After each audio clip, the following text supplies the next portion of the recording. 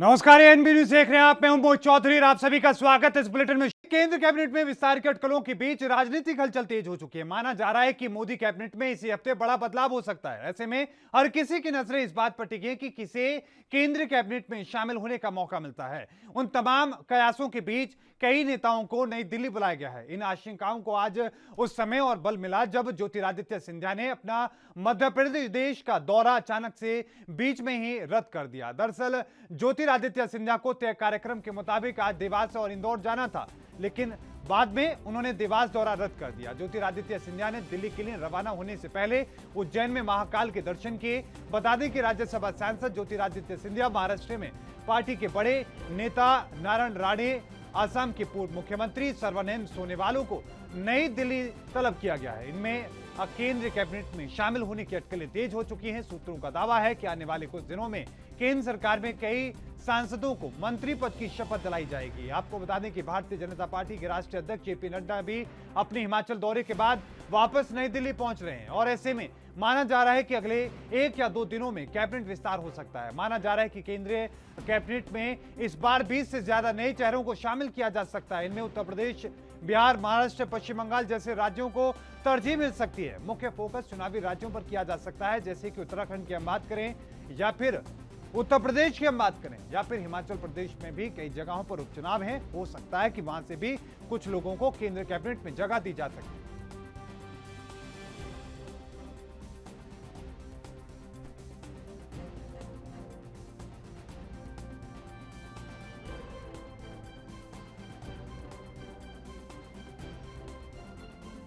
आपको बता दें कि लगातार ये कयास बीते कई दिनों से लगातार लगाए जा रहे हैं कि केंद्र कैबिनेट में विस्तार हो सकता है, लेकिन आज इन अटकलों को और तेजी तब मिली जब ज्योतिरादित्य सिंधिया को उनके दौरे रद्द करके दिल्ली बुलाया गया। सिर्फ वही नहीं, असम के पूर्व मुख्यमंत्री उन्हें भी बुलाया गया है और इसके साथ ही कयास ये लगाए जा रहे हैं कि इस बार 20 नए चेहरों को केंद्रीय कैबिनेट में शामिल किया जा सकता है। हालांकि आपको यह भी बताते चलें कि जो खबरें हैं वो ये भी हैं कि पीएमओ के द्वारा 8 जुलाई तक तमाम बैठकें रद्द कर दी गई हैं। लेकिन इन बैठकों में क्या केंद्र कैबिनेट को लेकर जो बैठक होनी है, क्या वो भी रद्द हो चुकी है? प्रधानमंत्री मोदी के साथ में कई दौर की बातचीत, केंद्रीय गृह मंत्री अमित शाह, बीजेपी के राष्ट्रीय अध्यक्ष जेपी नड्डा, रक्षा मंत्री राजनाथ सिंह सहित कई बड़े नेताओं के साथ कई बार हो चुकी है और यह माना जा रहा है कि 1 या 2 दिनों के अंदर केंद्रीय कैबिनेट में विस्तार हो सकता है। इसके साथ ही आपको बता दें कि उत्तर प्रदेश के साथ साथ तमाम वो राज्य जहां पर चुनावी राज्य हैं, उन राज्यों को ज्यादा तरजीह दी जा सकती है।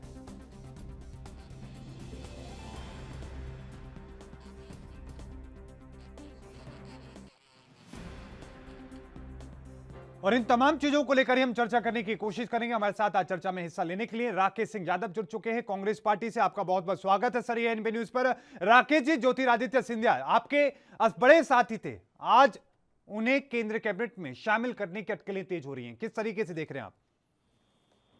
देखिए, वो कांग्रेस में थे जब भी केंद्रीय मंत्री बनते थे और आज भारतीय जनता पार्टी में जाने के बाद 1-1.5 साल से इंतजार कर रहे थे, मंत्री बनने के लिए लाइन में खड़े थे और आज फिर वो आप बता रहे हैं कि मंत्री बनने जा रहे हैं। सवाल ये है कि मध्य प्रदेश से वो तो मंत्री बनने जा रहे हैं, लेकिन भारतीय जनता पार्टी की जो दूसरे उम्मीदवार हैं, जो अनेक नामों की चर्चा हो रही है, उनमें से कौन मंत्री बनेगा ये ज्योतिरादित्य सिंधिया तय करेंगे। ये भारतीय जनता पार्टी का, यहाँ का, मध्य प्रदेश का नेतृत्व तय नहीं कर रहा है। तो ये एक सबसे बड़ी बात है इस पूरे मूल मुद्दे में कि जिस तरह से कांग्रेस में डिवाइड एंड रूल की राजनीति वो करते थे, एक महल की राजनीति करते थे, एक महाराज का डेकोरम लेके चलते थे, वही डेकोरम लेके आज वो दौरे कर रहे हैं, लोगों से मिल रहे हैं, लोगों से बात कर रहे हैं और उसके बाद उनकी शर्तें निर्धारित हैं। 2023 के चुनाव तक उनकी सारी शर्तों का पालन भारतीय जनता पार्टी को करना है, पहले भी किया है। तो यह भी संभव है कि दूसरा जो मंत्री बनेगा वो बहुत लो प्रोफाइल व्यक्ति मंत्री बनेगा। ये ज्योतिरादित्य सिंधिया का प्रयास रहेगा कि उनका एक छत्र राज्य मध्य प्रदेश में भारतीय जनता पार्टी में भी कायम रहे, वो महल की राजनीति से वो पूरा कब्जा करके रख सकें। ये उनकी रणनीति और ये उनकी राजनीति का स्वरूप है। कांग्रेस से विदा हो गए, बहुत बहुत धन्यवाद कि कांग्रेस से ये बीमारी समाप्त हुई। नहीं नहीं, ऐसा तो मत कहिए, क्योंकि आपके कई बड़े ऐसे नेता हैं जो दुख जाहिर कर चुके हैं। बहरहाल हमारे साथ बीजेपी से भी जुड़ चुकी हैं नेहा शालिनी दुआ। आपका बहुत बहुत स्वागत है मैम एएनबी न्यूज पर। नेहा शालिनी दुआ जी, किस तरीके से आप देख रही हैं, कई बड़े चेहरों को, नए चेहरों को शामिल होने की बात बताई जा रही है, कहा जा रहा है कि केंद्रीय मंत्रिमंडल में आज या कल में विस्तार हो सकता है। देखिए, जो केंद्रीय मंत्रिमंडल है उसमें विस्तार बिल्कुल हो ही रहा है। अभी काफी दिनों से आप देख रहे हैं और जनता की पिक्चर क्लियर भी हो जाएगी कि किसको मंत्रिमंडल में जगह मिलेगी और किसको नहीं। और शीर्ष नेतृत्व जो है, जो हमारे संगठन है, वो उस हिसाब से लोगों को लेता है जो उनकी कार्य क्षमता रही हो या उन्होंने भाजपा के लिए आज तक क्या किया है और मतलब कितने काबिल हैं वो, इसको मद्देनजर रखते हुए भी जो संगठन निर्णय लेता है वो सभी को स्वीकार्य होता है। अभी देखिए, हाल ही में जैसे कि आज तक कभी जो उत्तराखंड के मुख्यमंत्री बने हैं, किसी ने उनका नाम भी नहीं सुना था, वो विधायक रहे जी। तो धामी जी अचानक ही एक चेहरा, एक युवा चेहरा के रूप में उभर कर आए। तो कहने का मतलब ये है कि हमारे जो प्रधानमंत्री जी और माननीय अमित शाह जी हैं, ये जितने भी मतलब शीर्ष नेतृत्व वाले, ऐसे नहीं सिर्फ यही दो नेता हैं, और भी राजनाथ सिंह जी, माननीय नितिन गडकरी जी, जो टीम हमारी एक पूरी प्रॉपर टीम होती है, संगठनात्मक रूप से वो निर्णय लिया जाता है कि जिसने आज तक पार्टी के लिए बहुत अच्छा काम किया है और युवाओं को ज्यादा या महिलाओं को इसमें जो है वो तवज्जो ज्यादा दी जाती है कि महिलाओं को या युवा चेहरों को ज्यादा इंपॉर्टेंस दी जाती है। लेकिन यही हाल फिलहाल आप पीछे कांग्रेस में देखिए, जो आज कांग्रेस के पतन का कारण रहा है, जो कांग्रेस से छोड़ छोड़ के नेता जो हैं हमारी पार्टी में भी आए, उनका यही कारण है कि वहाँ युवाओं को उतनी अहमियत नहीं दी जाती। उनको डिसीजन मेकिंग में मतलब जो शीर्ष नेतृत्व कह देता है वो ही मतलब सिर और आंखों पर होता है। हमारे यहाँ शीर्ष नेतृत्व नीचे के लोगों से भी बात करता है, युवाओं से भी बात करता है, महिलाओं से भी बात करता है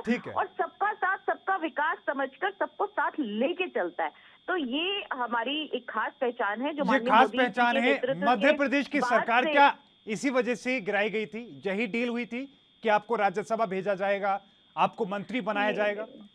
देखिए, ऐसा कुछ नहीं है जो मंत्री बनाया जाएगा या नहीं बनाया जाएगा। हमारी पार्टी में हर किसी को निर्णय स्वीकार होता है और कार्य क्षमता के हिसाब से उन्हें पद दिया जाता है।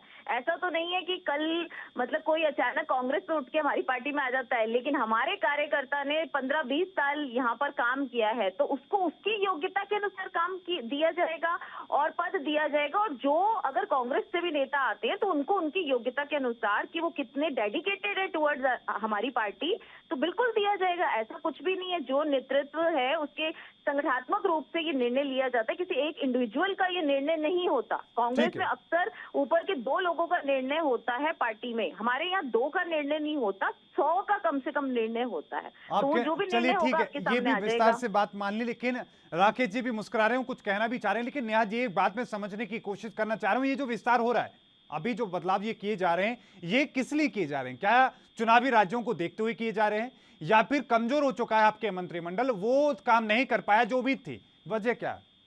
नहीं, वजह ये है, देखिए सबको मौका मिलना चाहिए। ऐसा तो है नहीं कि जो मतलब आज से 6 साल 7 साल पहले से केंद्र में मुख्यमंत्री बने हुए हैं या कोई भी पद संभाले हुए हैं केंद्र की टीम में, मंत्रिमंडल टीम में, तो उन्हीं को ही हमेशा, मैंने क्या कहा कि हमारी टीम जो है, जो हमारा संगठन है, वो सबको मौका देता है और उसकी कार्य क्षमता के अनुसार मौका देता है, चाहे वो फिर यंग हो, चाहे वो महिला हो, चाहे वो फिर बूढ़ा भी हो। ऐसा नहीं है कि जो 50-60 साल के होते हैं उनको कोई मौका नहीं दिए जाते, बिल्कुल दिए जाते हैं, लेकिन हर किसी को मौका दिया जाता है कि वो अपने आप को साबित कर सके। और मुझे लगता है ये सही भी है। तो मंत्रिमंडल विस्तार का एक मुख्य उद्देश्य ये भी है कि सबको अपनी कार्य क्षमता के अनुसार काम भी दिया जाए और उनसे पता चले कि उनके अंदर कितनी और क्षमता है संगठन को और ऊपर उठाने की।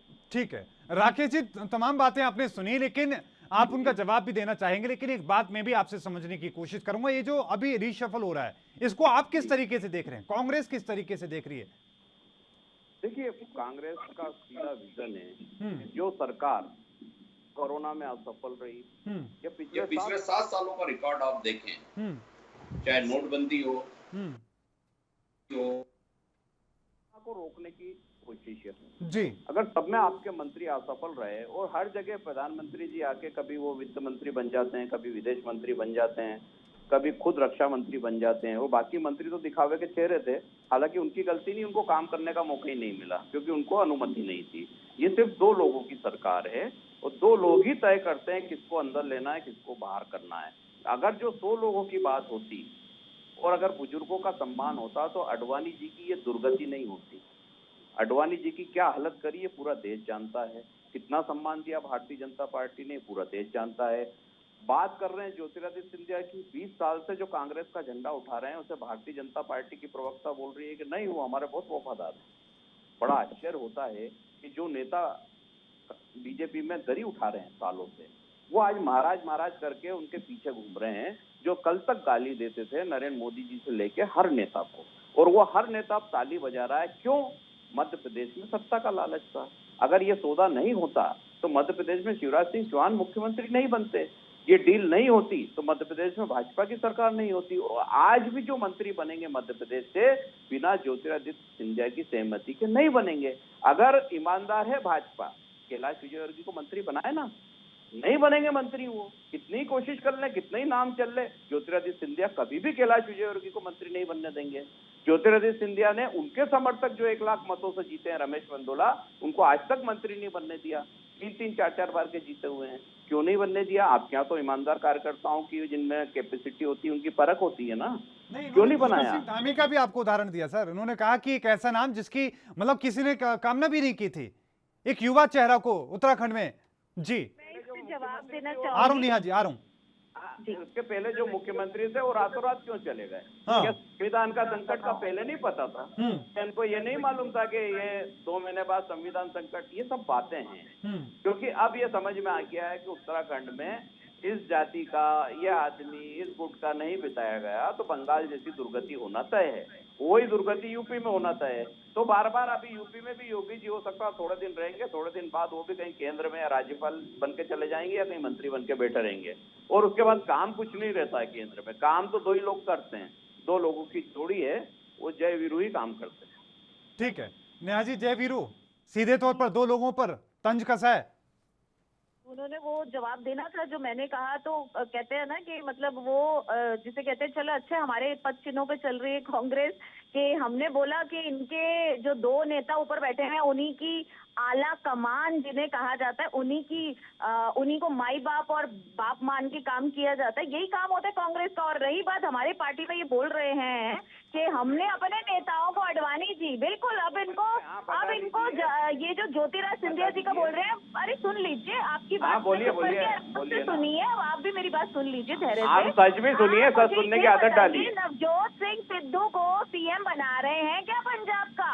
भाई आप तय करोगे, आप तय करोगे, या आप तय करोगे? अरे अडवाणी जी का तो भारतीय जनता पार्टी से रह के गए हैं, आप अपमानित कर रहे हैं, लिखवा लीजिए कि ये कभी भी नवजोत सिंह सिद्धू को वहाँ का मुख्यमंत्री नहीं बनाएंगे, क्योंकि वो भाजपा से गए हैं। इन लोगों को द्वेष है, गालियां देते हैं ये सिद्धू को। ये बौखलाहट देखिए ना कि मैंने आराम से इसकी बात सुनी और ये बौखला गए हैं, यही इसकी रणनीति है कि इनके पास मेरे को जवाब देने के लिए भाजपा को कोई बात नहीं होती तो ये चिल्लाना।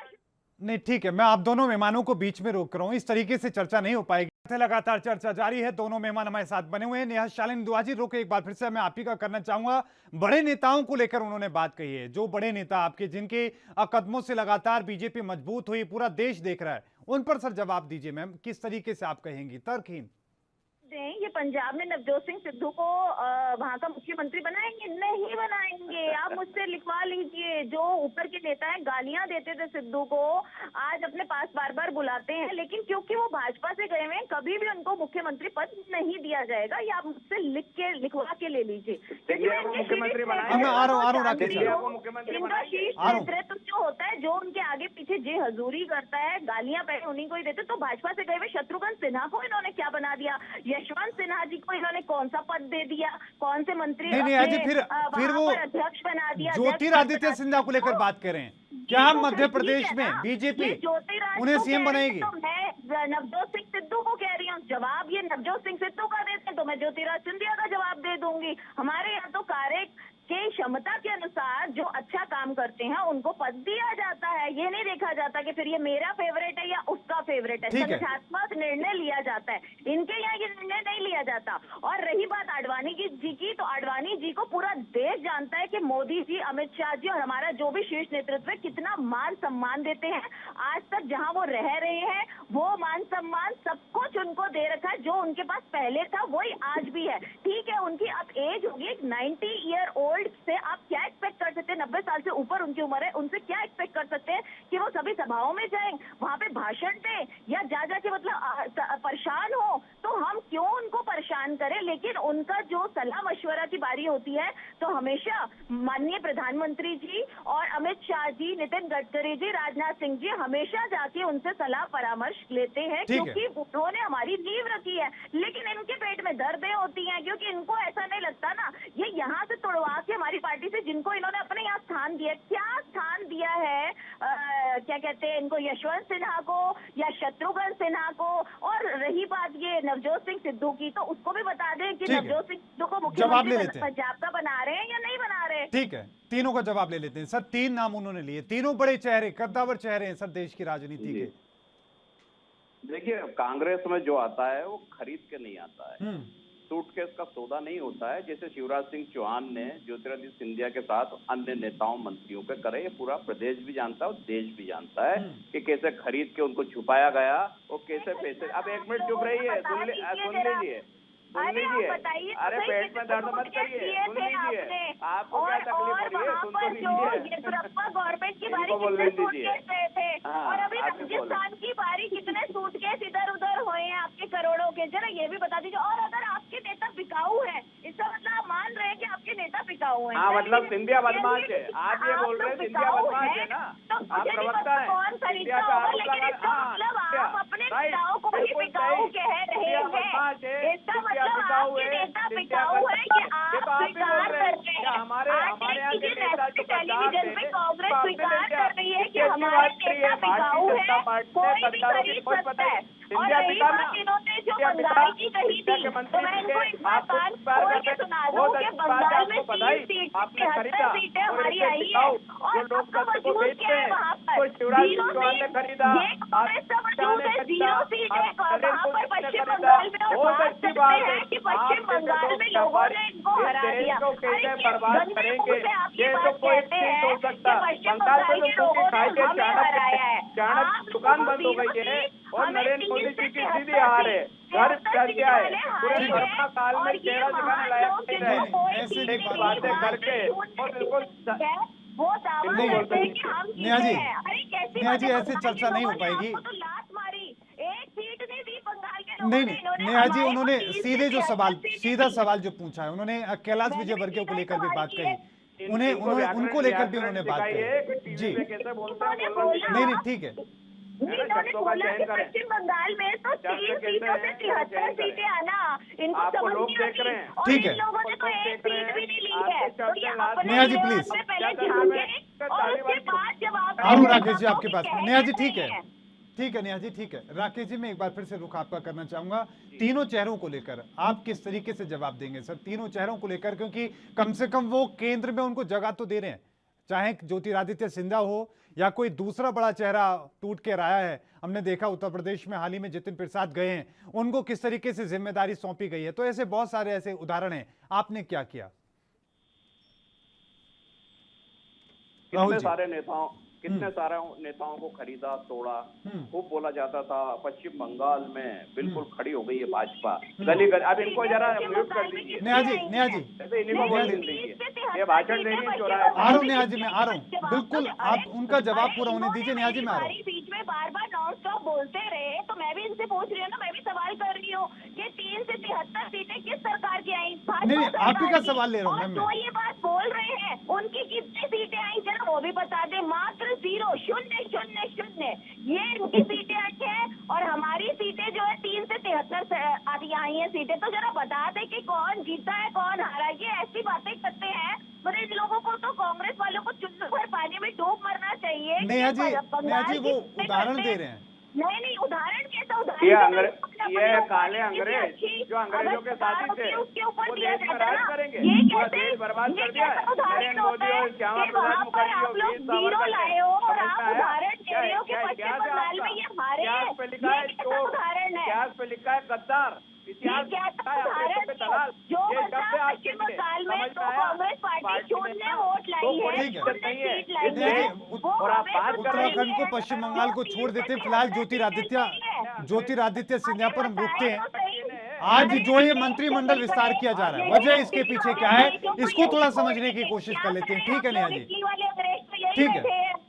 नहीं नेहा जी ठीक है, राहुल जी ठीक है। नेहा जी आपके पास मैं फिर से आ रहा हूं, उन्होंने का आपने जवाब नहीं लिया, लेकिन आपके पास फिर से आ रहा हूं। सवाल वही होगा कि क्या यही डील थी जब सरकार गिराई गई थी मध्य प्रदेश में? क्या डील यही हुई थी कि ज्योतिरादित्य सिंधिया को केंद्र में जगह दी जाएगी, उनके जो अपने समर्थक हैं उनको राज्य के अंदर जगह दी जाएगी, यही डील हुई थी?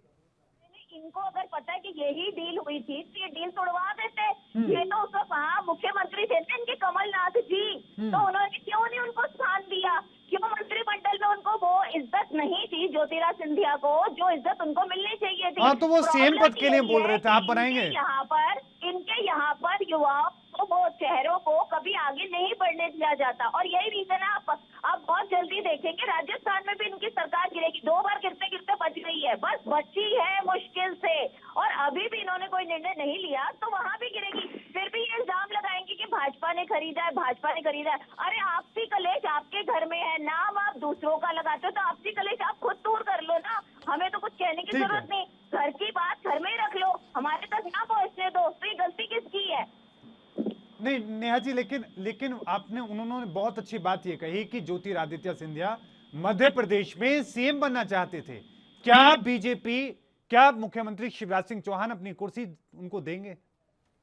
अपनी पार्टी में अगर वो सीएम बनना चाहते थे, उनकी पार्टी ने उनको सीएम नहीं बनाया, तो कमाल की बात है। हमारी पार्टी में तो अभी जुम्मा आए हुए उनको 2-4 महीने हुए हैं, हम सीएम बना देंगे। मैं तो यही इनसे पूछ रही हूँ ना, इनकी पार्टी में तो उन्होंने अपने बाप दादों के जमाने से है, फिर भी इन्होंने उनको वहाँ का सीएम नहीं बनाया। तो आप खुद सोचिए, इसका मतलब ये कि इनके यहाँ नेतृत्व में ही कमी है। ये लोग अपने लोगों को चांस नहीं देते, ये सिर्फ और और युवाओं को तो बिल्कुल ही नहीं देखते, ना महिलाओं को ना युवाओं को। इनके मंत्रिमंडल में कितनी महिलाएं हैं ये पूछ लीजिए, कितने युवा चेहरे हैं जब इनका मंत्रिमंडल, जब पहले सरकार थी उस दौरान कितनी थे? ठीक है नेहा जी, जवाब ले लेते हैं। नेहा जी जवाब भी ले लेते हैं। राहुल जी तमाम बातों के जवाब। देखिए मेरे ख्याल से देश में पहली बार ज्योतिरादित्य सिंधिया की इतनी बेइज्जती किसी बीजेपी प्रवक्ता ने की है। मेरे को हंसी आ रही है कि वो महाराज अगर ये सुनेंगे कि जुम्मा आए हुए 4 दिन हुए, ये मुख्यमंत्री बनने लायक महाराज हैं, तो क्या हाल होंगे बेचारों के, किस स्थिति में गए, कैसी पार्टी में गए हैं, और इतनी दुर्गति हो रही है। आप सोचिए कि प्रवक्ता का क्या दिमाग है, कोई गाइडलाइन नहीं है, कुछ पता नहीं है, कुछ इतिहास नहीं पता, मुख्यमंत्री नहीं बनाया, कुछ भी कहानी जैसे टीवी सीरियल की होती है वैसे सुना रहे हैं। गजब की बात है। आप कम से कम भारतीय जनता पार्टी का जो इतिहास है वो तो पढ़िए, आप वो तो समझिए कि सिंधिया केंद्र इनको चुप कराइए। फिर भी हमने उन्हें डिप्टी सीएम बनाया है। आपके यहाँ उन्हें 30 साल दिए, आप इनका अकेले ही करवा लीजिए, नेहा जी, कोई बोलवा लीजिए, या तो म्यूट कर दीजिए। बस ऐसे लोगों से बहस नहीं होती, इनको कुछ अर्थ नहीं है, कुछ भी नहीं है, ना इनको इतिहास पता है, ना इनको बोलना आ रहा है, कुछ भी बातें कर रही है। नहीं ठीक है, तो भी बातें देखिए नेहा जी एक एक करके ज्यादा बेहतर। देखिए जो दर्शक हैं वो भी नहीं समझ पाएंगे इस तरीके से। राकेश जी को जवाब देने दीजिए, राकेश जी को जवाब भी देने दीजिए। नेहा जी आपने तमाम बातें कही, तमाम तरह की आप उनके ऊपर बातें कह रहे हैं, लेकिन राकेश जी की कमेंट पे उनका पूरा होने दीजिए। राकेश जी अपनी बात पूरी कीजिए। और साथ में मेरा सवाल ये होगा कि अब ये मान लेना चाहिए कि डील यही थी, अगर सेंटर में उनको मिनिस्टर बनाया जाता है, जो कि लगातार अटकलें तेज हो रही हैं, दिल्ली पहुंच चुके हैं ज्योतिरादित्य सिंधिया, तो डील यही मान रही है कांग्रेस? निश्चित तौर पे यही डील थी। डील ये थी कि राज्यसभा जाना तो एक शिगुफा है, किसी भी सूरत में 6 महीने बाद मुख्यमंत्री बनाना है। लेकिन दुर्भाग्य से कोरोना आ गया, कोरोना आने की वजह से सब कुछ लेट हो गया, वरना शिवराज सिंह चौहान की तो सिर्फ एक टेम्परेरी कुर्सी थी वो उतने दिनों के लिए। ज्योतिरादित्य सिंधिया जैसा नेता, जो इतना शूर नेता है, जो एक एक कदम फूक के रखता है, और विदाउट ये सोचे कि वहां मेरा फायदा होगा कि नुकसान होगा, वो निर्णय नहीं करते। उसके बाद अगर उन्होंने इतना बड़ा निर्णय लिया, 20 लोगों को इधर से उधर शिफ्ट करा, जो लाखों करोड़ों की डील हुई वो तो अपनी जगह, लेकिन इतना बड़ा रिस्क लेके जब शिफ्ट करा तो कोई भी नेता इस लेवल का जब जाता है तो वो बहुत सारी चीजें तय करके जाता है। नरेंद्र मोदी जी और अमित शाह जी को क्या फायदा है ज्योतिरादित्य सिंधिया से? 24 के चुनाव में एक हिंदी भाषी, एक मराठी चेहरा चाहिए था जो उनको खड़ा करना है। आज नरेंद्र मोदी जी 75 साल के होने वाले हैं, अमित शाह जी की हालत ठीक नहीं रहती, एक नेता चाहिए जो घूम के प्रचार कर सके। उनने उस डील के तहत ज्योतिरादित्य सिंधिया को चुना, उस डील के तहत पायलट को भी चुनने की कोशिश करी, वो हार हो गए। उस डील के तहत जम्मू कश्मीर के जो पूर्व मुख्यमंत्री थे उनको भी अप्रोच की गई, लेकिन वो भी हार हो गए। तो अब उनके पास एक मराठी भाषी चेहरा जो है वो आ गया है, उसको 24 के चुनाव में वो 24 के चुनाव में वो उपयोग चलिए ठीक करेंगे। है राकेश जी, रुख में एक बार फिर से आपका करना चाहूंगा, डील यही थी ज्योतिरादित्य सिंधिया के लिए, क्या ये डील सचिन पायलट के लिए भी हो सकती है और खतरे में राजस्थान में भी सरकार पड़ सकती है? देखिए, आप प्रजातंत्र में कोई भी मापदंड स्थापित करते हैं, कोई भी अजर अमर होके नहीं आया, आप भी समझते हैं इस चीज को, कोई भी राजनीति स्थायी नहीं होती। लेकिन आज आपने जिस तरह का परिदृश्य मध्य प्रदेश में या राजस्थान में जिस करने की कोशिश करी, असफल हुए, या अन्य राज्यों में आप करने की कोशिश करते हैं और असफल होते हैं, कहीं सफल होते हैं, तो इस देश को जिस दिशा में ले जा रहे हैं वो दिशा सर्वनाश करने वाली है। किसी भी व्यक्ति की एक उम्र होती है, एक समय होता है, लेकिन आप जो लाइन खींच के जा रहे हैं उससे देश में अस्थिरता का जो वातावरण प्रजातंत्र में बनाया भारतीय जनता पार्टी ने, वो सबसे बड़ा नुकसान कर रहा है। अभी 2 दिन पहले आपने मोहन भागवत का बयान सुना था, जो आरएसएस लगातार मुस्लिम विरोधी बात करती है, जो अपनी संघ की शाखाओं में ये बोलती है कि मुस्लिमों का विरोध करना, वो व्यक्ति ये बोल रहे हैं कि हिंदू मुस्लिम एक हैं, उनका वो भारतीय है, डीएनए एक है। मेरा एक सवाल है भारतीय जनता पार्टी के बड़े नेताओं से और मोहन भागवत जी से, अगर हिंदू मुस्लिम एक हैं, लव जिहाद के कानून की क्या जरूरत है? यूपी में बनाया हटाइए, मध्य प्रदेश में बना हटाइए, हिंदू मुस्लिम की शादी होने दीजिए ना। क्या समस्या है? क्या समस्या? ये वो चेहरा है, ये वो मुखौटा नहीं, ये हमेशा बोलते हैं कि हिंदू मुस्लिम की बात जो है वो भाजपा पार्टी करती है। नहीं, दोनों बातों पे जवाब लूंगा। नेहा जी, आ रहा हूं मैं। पार्टी हिंदू मुस्लिम चाहती उनका है, कमेंट क्योंकि पूरा कमेंट होने दो एक बार। नहीं, इनके वोट बैंक की सिर्फ हिंदू मुस्लिम वाली बात होती है। अगर आज मोहन भागवत जी आरएसएस का ऐसा चेहरा है, कानून, तो ये कांग्रेस के नेता इतने अकेला है कि वो चेहरा है लव जिहाद कानून में ये कि कोई हिंदू मुस्लिम करते हैं। आज डर है यूपी में चुनाव हार जाएंगे, आज डर है दूसरी जगह चुनाव हार जाएंगे, वो डर के कारण आज बोल रहे हैं ठीक है राकेश जी, आपका कमेंट हो गया। नेहा जी, मैं आपके पास आ रहा हूँ। नेहा जी, आपके पास आ रहा हूँ, सवाल सुन लीजिए मैम। नेहा जी, एक बार सवाल सुन लीजिए। उन्होंने बहुत बुनियादी बातें कही हैं। उत्तर प्रदेश में चुनाव है, इसलिए इस तरह के बयान हो रहे हैं और इसीलिए विस्तार भी हो रहा है, ये मानकर चलना चाहिए। और तीसरी बात ये कि क्या सचिन पायलट को लेकर भी बीजेपी कोई इस तरह की डील में लगी है? हमारी तो कोई डील नहीं होती। मुझे लगता है इन्होंने डील पैसे दे के शत्रुघ्न सिन्हा को लिया है, इन्होंने पैसे दे के नवजोत सिंह सिद्धू को अपने पास लेके आए, लेकिन हमें कोई फर्क नहीं पड़ता, हमारी कोई डील नहीं हुई। हमारे जो इनके सारे नेता, हम तो चाहते हैं कि अगर राहुल गांधी भी ज्वाइन करना चाहते हैं भाजपा को तो ज्वाइन कर सकते हैं, मोस्ट वेलकम। हमारी सबसे बड़ी लार्जेस्ट पार्टी है वर्ल्ड में, तो हमारी पार्टी में हर नेता जुड़ सकता है। इनके यहाँ ये है प्रॉब्लम कि जो बूढ़े बीजेपी राहुल गांधी को प्रधानमंत्री बनाएगी जाता है, लेकिन जवानों को कोई मौका नहीं दिया जाता। यंगस्टर्स को ये कहा जाता है देखेंगे जब तुम भी बूढ़े हो जाओगे तब तुम्हें मौका देंगे, जब हमारे और बड़े बूढ़े, अरे बड़े बूढ़ों को मार्गदर्शन चाहिए होता, बड़े बूढ़ों को मार्गदर्शन चाहिए होता है, लेकिन जवान जहान काम करते हैं। लेकिन इनके यहाँ उल्टा रिवाज है जी, जवान जहान को साइड मारा जाता है और बड़े बूढ़ों को कहा जाता है बस आप ही करो जो आप करना, और वो घर बैठे रहते हैं, एयर कंडीशन रूम में या गाड़ियों में बैठे रहते हैं। अरे भाई मार्गदर्शन दीजिए ना, आप जवानों को मौका क्यों नहीं देते हैं, महिलाओं को मौका क्यों नहीं देते हैं? कांग्रेस पार्टी में यही है कि जवानों को नेहा जी, उन्होंने देखिए 2 बातें कही है अभी।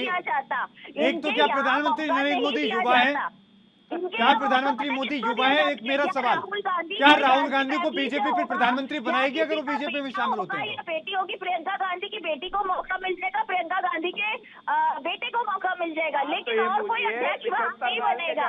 ये प्रॉब्लम है इनके यहाँ। हमारी पार्टी में हमेशा किसी को भी कोई भी अध्यक्ष बन सकता है, जैसे अभी जेपी नड्डा जी बने हैं, अगली बार कौन बनेगा हमें नहीं पता, लेकिन इनके यहाँ कौन बनेगा ये सबको पता है कि कोई गांधी परिवार या वाड्रा परिवार। अब राहुल गांधी जी ने तो शादी की नहीं, इसलिए उनका कोई बच्चा है नहीं, लेकिन प्रियंका गांधी जी के बेटा या प्रियंका गांधी जी की बेटी नहीं, ऐसे नहीं, ऐसे देखिए, अंतिम पड़ाव में हम लोग हैं नेहा जी, हम लोग अंतिम पड़ाव में, राकेश जी हम अंतिम पड़ाव में। मेरी कोशिश ये है कि आपने बहुत बड़ी बात बोली है नेहा जी राहुल गांधी को लेकर।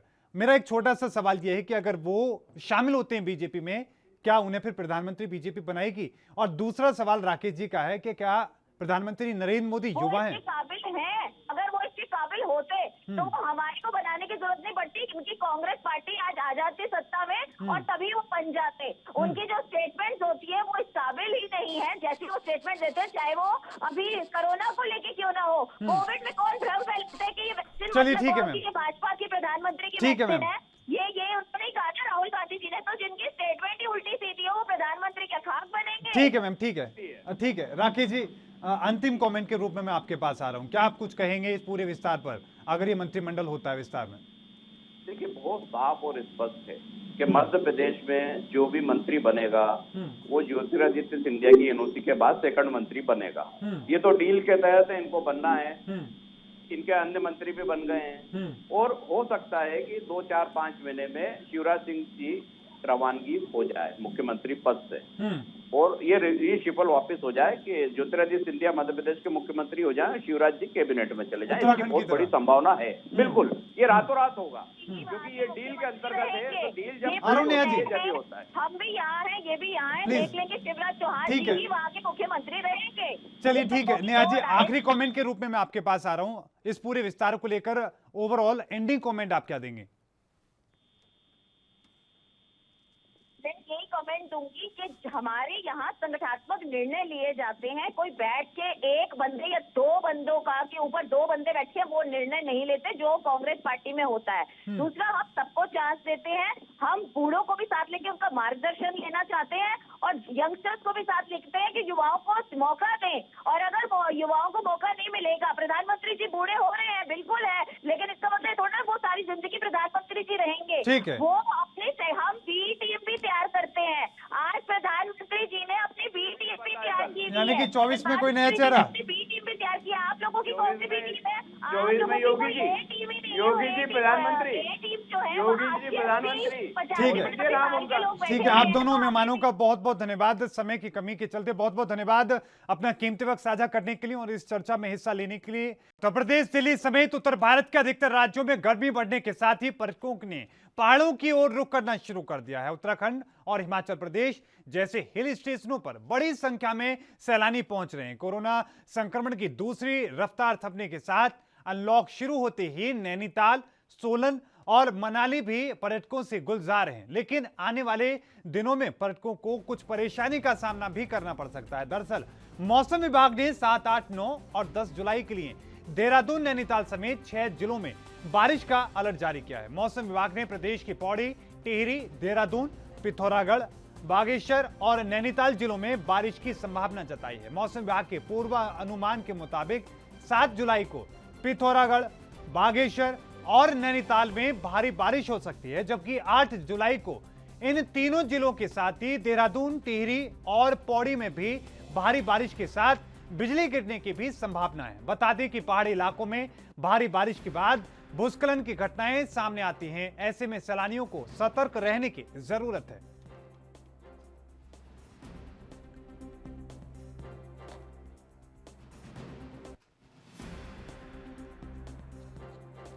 तो आपको बता दें कि पूरे देश में जगह जगह पर लगातार मानसून की दस्तक के बाद से ही बारिश का सिलसिला जारी है, लेकिन अब दिल्ली, उत्तर प्रदेश समेत कई ऐसे राज्य हैं, चाहे पंजाब की हम बात करें, हरियाणा की बात करें, हिमाचल प्रदेश की हम बात करें या उत्तराखंड की हम बात करें, इन तमाम इलाकों में भारी बारिश का अलर्ट है।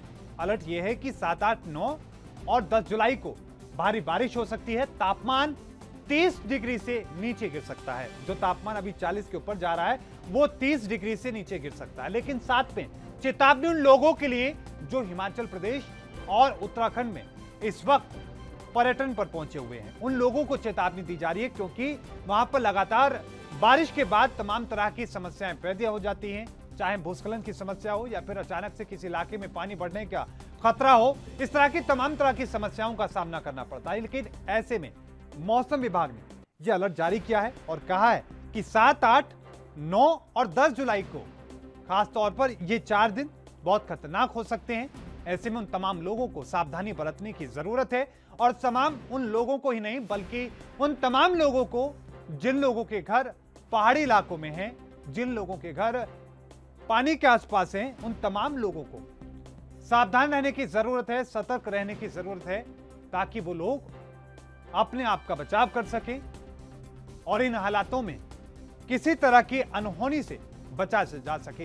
हाल ही में आपने देखा था कि किस तरीके से वहां पर अचानक आए तेज बहाव के बाद जो बारिश हुई थी, पहाड़ी इलाकों में बारिश हुई थी और उसके बाद उत्तराखंड में कई नदियों का जो पानी था, खुद हरिद्वार की हम बात करें, गंगा का जो जल स्तर था खतरे के निशान से ऊपर जा चला गया था, जिसके बाद तमाम जो आसपास के लोग थे उन लोगों को दूसरी जगह पर शिफ्ट किया गया और साथ में उत्तर प्रदेश सहित बाकी उन तमाम राज्यों में जहां जहां तक वो गंगा जाती है उनके आसपास रहने वाले उन तमाम लोगों को भी अलर्ट किया गया।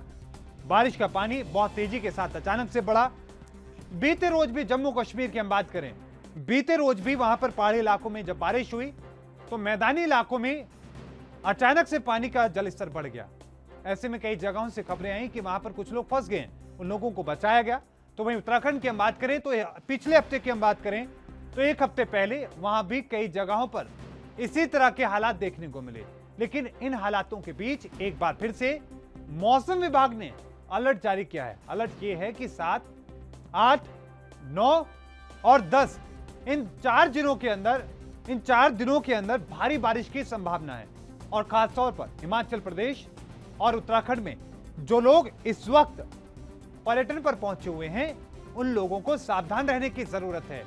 उन लोगों को सावधान रहने की जरूरत है जिन लोगों के घर पहाड़ी इलाकों में है या फिर नदी और नालों के आसपास है, क्योंकि बारिश होने के चलते नदी नालों का जल स्तर अचानक से बढ़ जाता है, जिसके चलते कई तरह की समस्याओं का सामना लोगों को करना पड़ता है।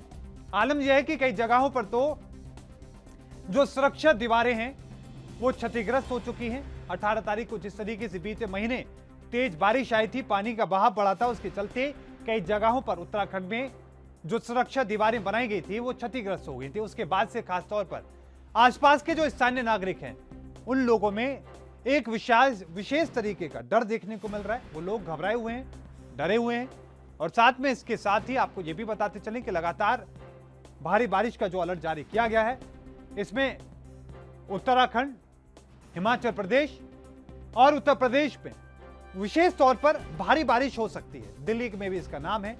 उत्तर प्रदेश, दिल्ली समेत उत्तर भारत के ज्यादातर राज्यों में गर्मी बढ़ने के साथ ही पर्यटकों ने पहाड़ी की ओर रुख करना शुरू कर दिया है।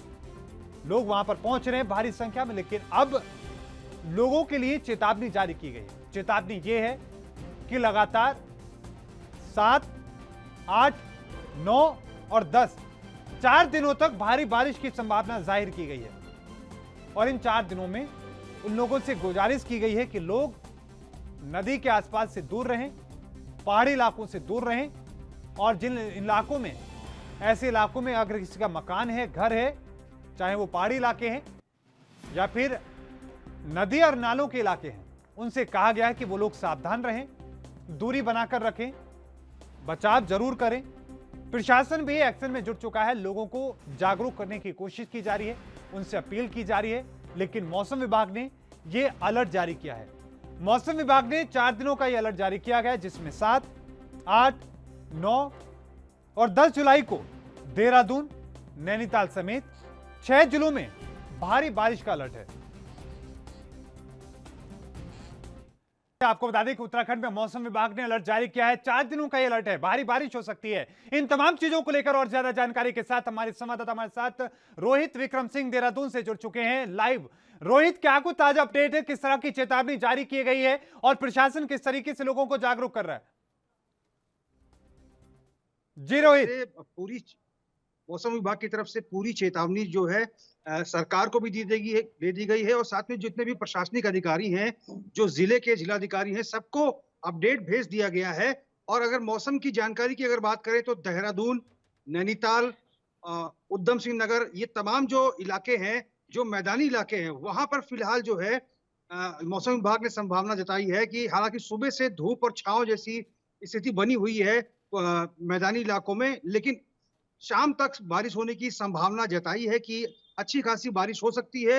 एक हफ्ते की अगर फोरकास्ट की बात करें तो मौसम विभाग ने ये कहा है कि एक हफ्ते में भी ऐसे ही उमस भरी गर्मी रह सकती है और हल्की फुल्की हवाएं चल सकती हैं, बादल आसमान में रह सकते हैं और आने वाले समय में मध्यम से तेज बारिश हो सकती है। पहाड़ों में भी यही स्थिति है। पहाड़ों की अगर बात करें तो पहाड़ों में भी इस समय उमस की स्थिति बनी हुई है।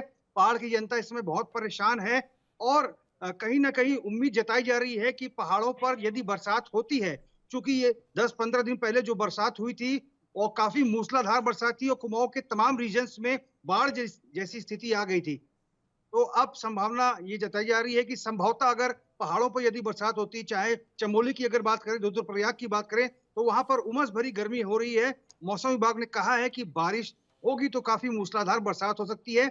जो पहाड़ के जितने भी जिलाधिकारी हैं, सबको अपडेट मौसम विभाग की तरफ से भेज दिया गया है ताकि व्यवस्थाएं जो है सरकारी तौर पर और प्रशासनिक तौर पर चाक चौबंद की जा सके।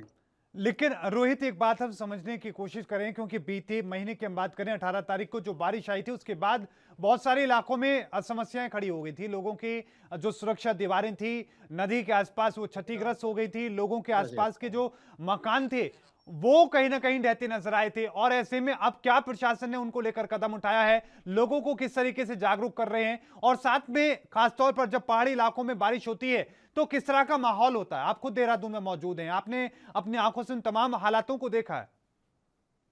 बिल्कुल, अगर पहाड़ की त्रासदी की बात करें तो पहाड़ पर जल त्रासदी 2013 की जो जल त्रासदी आई थी, वो पूरे विश्व को याद है किस तरह से बारिश ने तबाही मचाई थी और बाढ़ जैसी स्थिति हुई थी। लाखों की संख्या में लोग हताहत हुए थे, मवेशी लापता हुए थे। तो पहाड़ में यदि मूसलाधार बरसात होती है तो प्रशासनिक अधिकारियों के सामने और सरकार के सामने बहुत बड़ी चुनौती होती है। और इसी को लेकर राज्य सरकार ने स्टेट डिजास्टर रिस्पांस फोर्स का गठन किया है। मौसम विभाग के जो तमाम बुलेटिन होते हैं वो अलग अलग जिले के जिलाधिकारियों तक तो पहुंचते ही है, साथ में जो स्टेट डिजास्टर रिस्पांस फोर्स है उनके कंट्रोल रूम तक पूरे अपडेट्स दिए जाते हैं, बुलेटिन दिए जाते हैं, ताकि समय से 10 या 15 घंटे पहले एसडीआरएफ की टीमें और जिलाधिकारी के तमाम जितने भी प्रशासनिक अमला है वो मौके पर पहुंच के कुछ अनाउंसमेंट कर सके कि बारिश की स्थिति है, लोग नदी के किनारे ना जाएं। इस प्रकार के अनाउंसमेंट जो है पहाड़ी क्षेत्रों में होते हैं और जाहिर तौर पर बहुत ही चुनौती रहती है प्रशासन के सामने में भी और एसडीआरएफ के सामने में भी। तो लिहाजा मौसम के लिहाज से मौसम विभाग के जो बुलेटिन होते हैं, जो इनपुट होते हैं, वो कहीं ना कहीं बेहद महत्वपूर्ण होते हैं प्रदेश के लिहाज से। लेकिन खासतौर पर जो ग्रामीण क्षेत्र हैं उन लोगों के ऊपर क्या कुछ असर देखने को मिलते हैं? उन लोगों का पूरा संपर्क टूट जाता है सड़कों से, लोगों से। वो किस तरीके से अपने दिनचर्या को संभालते हैं, लोगों को संभालते हैं, अपने परिवार को पालते हैं? बिल्कुल, जाहिर तौर पर यदि त्रासदी आती है, अभी कुछ दिन पहले ही जो त्रासदी आई थी उसमें भी बहुत सारे जो ग्रामीण थे वो लापता हुए थे। जो ग्रामीणों के घर होते हैं, जो नदी के किनारे होते हैं, उनको कहीं ना कहीं भारी क्षति पहुंचती है और अनप्रिडिक्टेबल होता है यहाँ पे प्रशासन के लिए और एसडीआरएफ के लिए और सरकार के लिए भी, क्योंकि यदि तेज बारिश होती है तो नदियों में उफान आता है और कहीं ना कहीं नदी का रुख किस ओर जाएगा ये किसी को पता नहीं होता। लिहाजा प्रशासन की तरफ से और स्टेट डिजास्टर रिस्पांस फोर्स की तरफ से ये पहले ही चेतावनी दे दी जाती है कि नदी के आसपास 500 मीटर दायरे या 1 से 2 किलोमीटर के दायरे पे जितने भी मकान हैं, जितने भी गांव के लोग रहते हैं और जितने भी पशु चराने के लिए गांव के लोग जाते हैं, वो उस स्थान को खाली कर दे। जो स्थानीय बाजार हैं उनको खाली करवा लिया जाता है तो मौसम के लिहाज से उत्तराखंड में बारिश जो है बहुत बड़ा चैलेंज होता है और यही चैलेंज मौजूदा मुख्यमंत्री पुष्कर सिंह धामी के सामने भी है, क्योंकि मॉनसून सीजन जो है हर मुख्यमंत्री के सामने बहुत बड़ा चैलेंज होता है कि इस बार मौसम यदि सामान्य रहा, बारिश सामान्य हुई तो कहीं ना कहीं सरकार राहत लेती है। लेकिन ये बारिश का सीजन जो है सरकार के लिए भी आफत बन के आता है, जनता के लिए भी आफत बन के आता है, गांव वालों के लिए भी आफत बन के आता है और सभी यही कामना करते हैं कि समय समय पर मौसम विभाग के अपडेट्स मिलते रहें ताकि मूवमेंट्स को जो है रोका जा सके। बिल्कुल, बहुत बहुत धन्यवाद हमारे साथ जुड़ने के लिए, तमाम जानकारी को साझा करने के लिए। रोहित विक्रम सिंह हमारे संवाददाता हमारे साथ देहरादून से जुड़े, उन्होंने बताया कि किस तरीके से अलर्ट जारी किया गया है, साथ में लोगों से अपील भी की जा रही है कि वो लोग जली जो नदी है, नाले हैं, उनसे दूर रहें और साथ में फिलहाल जो मौसम की स्थिति बेहतर बताई जा रही है।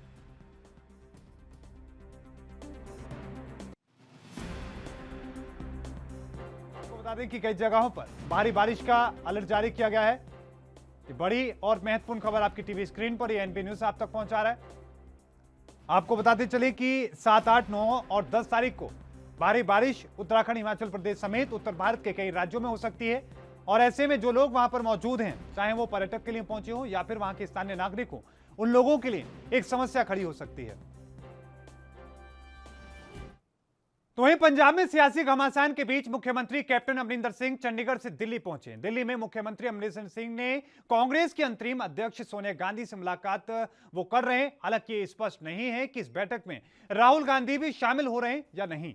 सूत्रों की माने तो पंजाब में सरकार और संगठन में फेरबदल से पहले सोनिया गांधी और कैप्टन अमरिंदर सिंह की यह मुलाकात खासा अहम मानी जा रही है। बता दें कि पंजाब कांग्रेस में कलह के बीच नवजोत सिंह सिद्धू ने हाल ही में राहुल गांधी और प्रियंका गांधी से दिल्ली में मुलाकात की थी।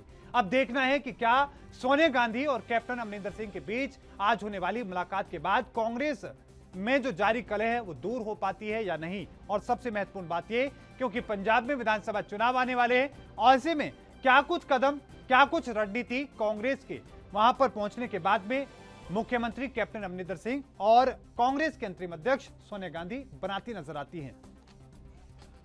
आपको यह भी बताते चले कि लगातार बीते कई महीनों से लगातार कांग्रेस में कलह की खबरें सामने आ रही, लेकिन उन तमाम चीजों के एक चुनौती मुख्यमंत्री कैप्टन अमरिंदर सिंह के सामने यह है कि किस तरीके से 2022 में एक बार फिर से पंजाब में कांग्रेस की सरकार बनाई जाए। और इन तमाम चुनौतियों का सामना करते हुए वो लगातार रणनीति तैयार कर रहे हैं, लेकिन इन रणनीति के बीच में कहीं ना कहीं गुटबाजी की खबरें देखने को मिलती हैं, आपसी कलह की खबरें देखने को मिलती हैं। जहां हाल ही में कांग्रेस के दिग्गज नेता कैप्टन अमरिंदर सिंह ने दिल्ली में पहुंचकर कांग्रेस के पूर्व राष्ट्रीय अध्यक्ष राहुल गांधी से मुलाकात की थी और इसके साथ ही महासचिव प्रियंका गांधी वाड्रा से मुलाकात की थी और एक मुस्कुराती हुई तस्वीर सामने आई थी। उस मुलाकात के बाद पंजाब में मुख्यमंत्री कैप्टन अमरिंदर सिंह ने अपने विधायकों के साथ में लंच किया था, रणनीति बनाई थी 22 को लेकर, लेकिन आज उनकी मुलाकात कांग्रेस के अंतरिम अध्यक्ष सोनिया गांधी के साथ चल रही है। हालांकि इस मुलाकात में, इस बैठक में कौन कौन शामिल हो रहा है, इस बात की पुष्टि नहीं हो पाई है। यह बड़ी और महत्वपूर्ण जानकारी है, लेकिन साथ में यह भी कि जिस तरीके से पंजाब कांग्रेस में कलह की खबरें आ रही हैं, वो 2022 के लिए कांग्रेस के लिए परेशानी खड़ी करती नजर आ सकती हैं। और इस बुलेटिन में अभी के लिए इतना ही। लगातार खबरों के लिए देखते रहे एनबी न्यूज। मुझे दीजिए इजाजत, धन्यवाद।